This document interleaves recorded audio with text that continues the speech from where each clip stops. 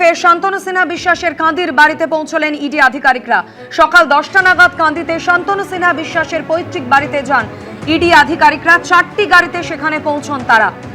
গত শুক্রবারই আপনাদের মনে থাকবে এই বাড়িটিতে দীর্ঘক্ষণ তল্লাশি চালান তদন্তকারী আধিকারিকরা। সেদিন বাড়িটি সিল করে দেওয়া হয়।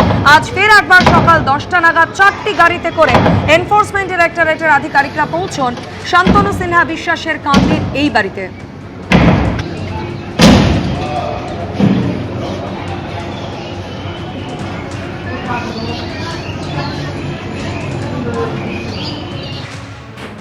নানান রকম দুর্নীতির অভিযোগ, আর্থিক প্রতারণার অভিযোগ উঠেছিল প্রাক্তন ডিসিপি শান্তনু সিনহা বিশ্বাসের বিরুদ্ধে।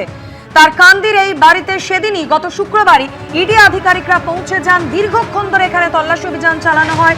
পাশাপাশি এখানকার স্থানীয় বাসিন্দা তাদের সঙ্গেও কথা বলেন তদন্তকারী আধিকারিকরা। শুক্রবারের পর ফের আজ একবার ইডি আধিকারিকরা শান্তনু সিনহা বিশ্বাসের এই কান্দির বাড়িতে পৌঁছেছেন। প্রকাশ সিনহা এই বিষয় নিয়ে আরো বিস্তারিত আমাদের জানাবেন। প্রকাশ, দেখো, তোমাকে প্রথমেই বলে দিই ইডি সূত্রের খবর। আজকে কিন্তু শান্তনু সিনহা বিশ্বাসের কান্দির যে বাড়ি প্রাসাদ, সেখানে কিন্তু তল্লাশি অভিযান চলছে না। ইডি সূত্রের খবর, এর আগের দিন তল্লাশি অভিযান চালিয়ে এই গোটা বাড়ি তারা কিন্তু সিল করে দিয়েছিল এবং সেই বাড়ি ফ্রিজ করে দেওয়া হয়েছিল।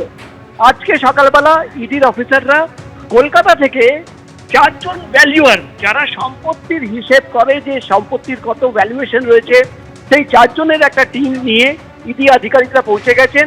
এবং যারা ভ্যালুয়ার রয়েছে, যারা সম্পত্তির হিসেব রাখবে যে কত টাকার সম্পত্তি, তারা কিন্তু ইতিমধ্যেই সেখানে কাজ শুরু করে দিয়েছেন। তারা কি দেখছেন?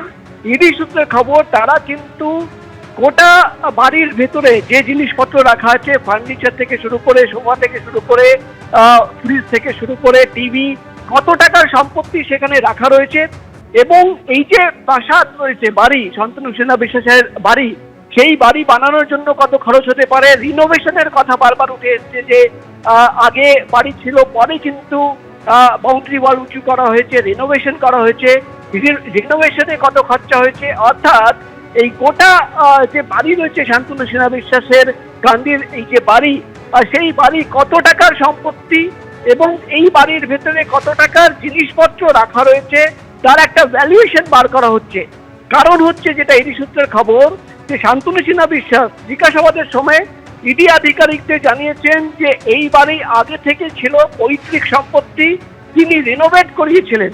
এবং এখানেই কিন্তু ইডি আধিকারিকরা সেখানে গিয়ে ভ্যালুয়েটর একটা টিম নিয়ে গিয়ে সেখানে ভ্যালুয়েশন বার করছেন যে রিনোভেশনে কত খরচা হয়েছে। তুমি জানো, এর আগের দিন যেদিন ইডির তরফে শুনানি হয়েছিল, শান্তনু সিনহা বিশ্বাসকে কোর্টে তোলা হয়েছিল, সেদিন ইডির তরফে দাবি করা হয় যে 2.5 কোটি টাকা খরচ করে রেনোভেশন করা হয়েছে। এবং সেখানেই শান্তনু সিনহা বিশ্বাস কিন্তু ডিনাই করছেন পুরো বিষয়টি।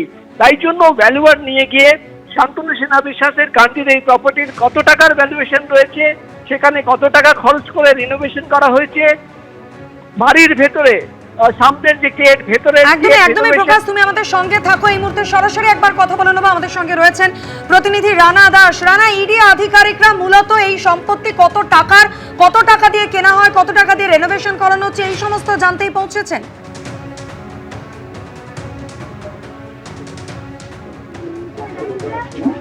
একেবারেই এই সমস্ত জানতেই কিন্তু পৌঁছেছে। এই মুহূর্তে আমরা শান্তনু সিনহা বিশ্বাসের বাড়িতে রয়েছি এবং সেখানে এই গেট প্রথমে সিল করা ছিল, কারণ গত শুক্রবার ইডি আধিকারিকরা আসে এবং আজকে দেখা যায় যে 11টার সময় কিন্তু প্রায় 11 জনের একটি দল এসে পৌঁছায় এবং সেখানে আমরা দেখতে পাচ্ছি যে তাদের গাড়িগুলো রয়েছে এবং আমাদের ক্যামেরা পার্সন দেখাচ্ছে যে তার যে এই বিশাল বাগান বাড়ি, সেই বাগান বাড়ির ভিতরে প্রতিটা ঘরের ভেতরে কিন্তু এই মুহূর্তে ইডি যে আধিকারিকরা রয়েছে তারা কিন্তু তল্লাশি চালাচ্ছে।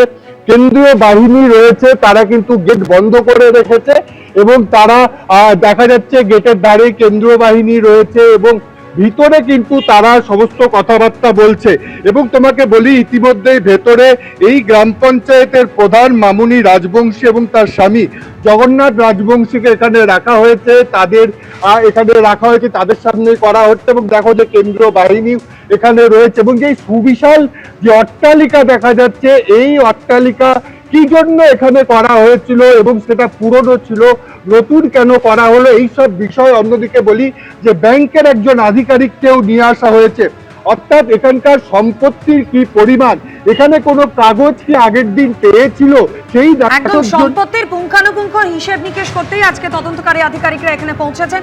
অবশ্যই এদিকে আমাদের নজর থাকবে। আপাতত রানা, প্রকাশ দুজনকেই ধন্যবাদ। ফলতার ফলে তৃণমূলের শোচনীয় পরাজয় ঘটেছে, ভেঙে খান হয়ে গেছে অভিষেক বন্দ্যোপাধ্যায় ডায়মন্ড হারবার মডেল। আর এই হারে রেশ কাটতে না কাটতেই এবার ভাঙন ধরল ডায়মন্ড হারবার পুরসভায়। যে পুরসভার 16টি আসনের সবকটি ছিল তৃণমূলের, সেখানে 8 জন কাউন্সিলর সোমবার পদত্যাগ করলেন।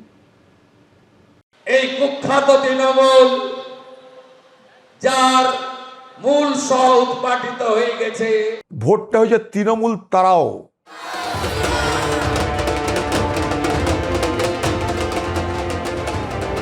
হারাধনের একটি ছেলে কাঁদে ভেউ ভেউ, মনের দুঃখে বনে গেল, রইল না আর কেউ। তৃণমূলের এখন কার্যত এই অবস্থা। ফলতার ফলেও তৃণমূলের শোচনীয় পরাজয় ঘটল। তৃণমূলকে চতুর্থ স্থানে টেনে নামালেন ফলতার ভোটাররা। ভেঙে খান অভিষেক বন্দ্যোপাধ্যায়ের তথাকথিত ডায়মন্ড হারবার মডেল।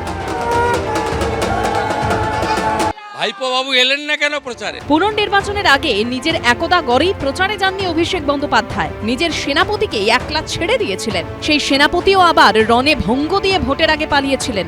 শেষ অবধি ফলতার পুনর্নির্বাচনের ফল বেরোতে দেখা গেল বিজেপি প্রার্থী দেবাংশু পাণ্ডা ভোট পেয়েছেন 1,49,666টি, যা 71% বেশি। দ্বিতীয় স্থানে উঠে আসার সিপিএম প্রার্থী শম্ভুনাথ কুর্মী পেলেন 40,645টি ভোট, অর্থাৎ 19% সামান্য বেশি। ফলতার কংগ্রেস প্রার্থী আব্দুল রাজ্জাক মোল্লা 10,084টি ভোট পেয়েছেন, যা প্রায় 5%। আর একেবারে চতুর্থ স্থানে নেমে গিয়ে তৃণমূল প্রার্থী পেলেন মাত্র 7,783টি ভোট, শতাংশের বিচারে যা 4-এর কাছাকাছি। অর্থাৎ গোহারা হারল তৃণমূল। জামানত বাজেয়াপ্ত হলো তাদের। যে ডায়মন্ড হারবার মডেল নিয়ে একসময় এত গর্ব অহংকার ছিল অভিষেক বন্দ্যোপাধ্যায়ের, তা কার্যত শেষ হয়ে গেল। মডেল কিছু নেই, মডেল ভেঙে চুরমার হয়ে গেছে। আর এই হারের রেশ কাটতে না কাটতেই এবার ভাঙন ধরল ডায়মন্ড হারবার পুরসভায়। যে পুরসভার 16টি আসনের সবকটি ছিল তৃণমূলের, সেখানে 8 জন কাউন্সিলর সোমবার পদত্যাগ করলেন। আমাদের সাংসদ অভিষেক বন্দ্যোপাধ্যায় আছেন, তাকে জানানোর পরেও এখানকার পুলিশ যেভাবে কোটি কোটি টাকা তুলেছে, অনৈতিক কাজ করেছে, আমি বাংলার মুখ্যমন্ত্রী শুভেন্দু অধিকারী মহাশয়ের কাছে নিবেদন করব আপনি সঠিকভাবে তদন্ত করুন। 2021 সালের বিধানসভা নির্বাচনে ফলতা থেকে 40,000-এরও বেশি ভোটে জয়ী হয়েছিল তৃণমূল। 2024 সালের লোকসভা ভোটের বিধানসভা ভিত্তিক ফল অনুযায়ী ডায়মন্ড হারবার লোকসভা কেন্দ্রের অন্তর্গত ফলতায় 1,68,000-এরও বেশি ভোটে এগিয়েছিলেন অভিষেক। কিন্তু মাত্র 2 বছরের ব্যবধানে সেখানেই লক্ষাধিক ভোটে হারতে হলো তৃণমূলকে। এখনো যদি ওনার লজ্জা বলে কোনো কিছু থাকে, তাহলে অবিলম্বে পদত্যাগ করা উচিত সাংসদ পদ থেকে। আজকে সাংসদ পদ থেকে যদি নিজেই নিষ্কৃতি চেয়ে নেন, তাহলে আমার মনে হয় অনেক বড় লজ্জার হাত থেকে উনি মুক্তি পাবেন ভবিষ্যতে। ফলতায় মুসলিম ভোট প্রায় 30%। সেই ভোটের বড় অংশই এবার তৃণমূলের হাত ছাড়ল, চলে গেল সিপিএম কংগ্রেসের দিকে। ফলতায় রেকর্ড হার, সেই সঙ্গে সংখ্যালঘু ভোটও হাতছাড়া হওয়া। তৃণমূলের কাছে আরও বিপর্যয়ের আশঙ্কা। গৌতম মণ্ডল ও দীপক ঘোষের রিপোর্ট, এবিপি আনন্দ। এবিপি আনন্দ, এগিয়ে থাকে, এগিয়ে রাখে।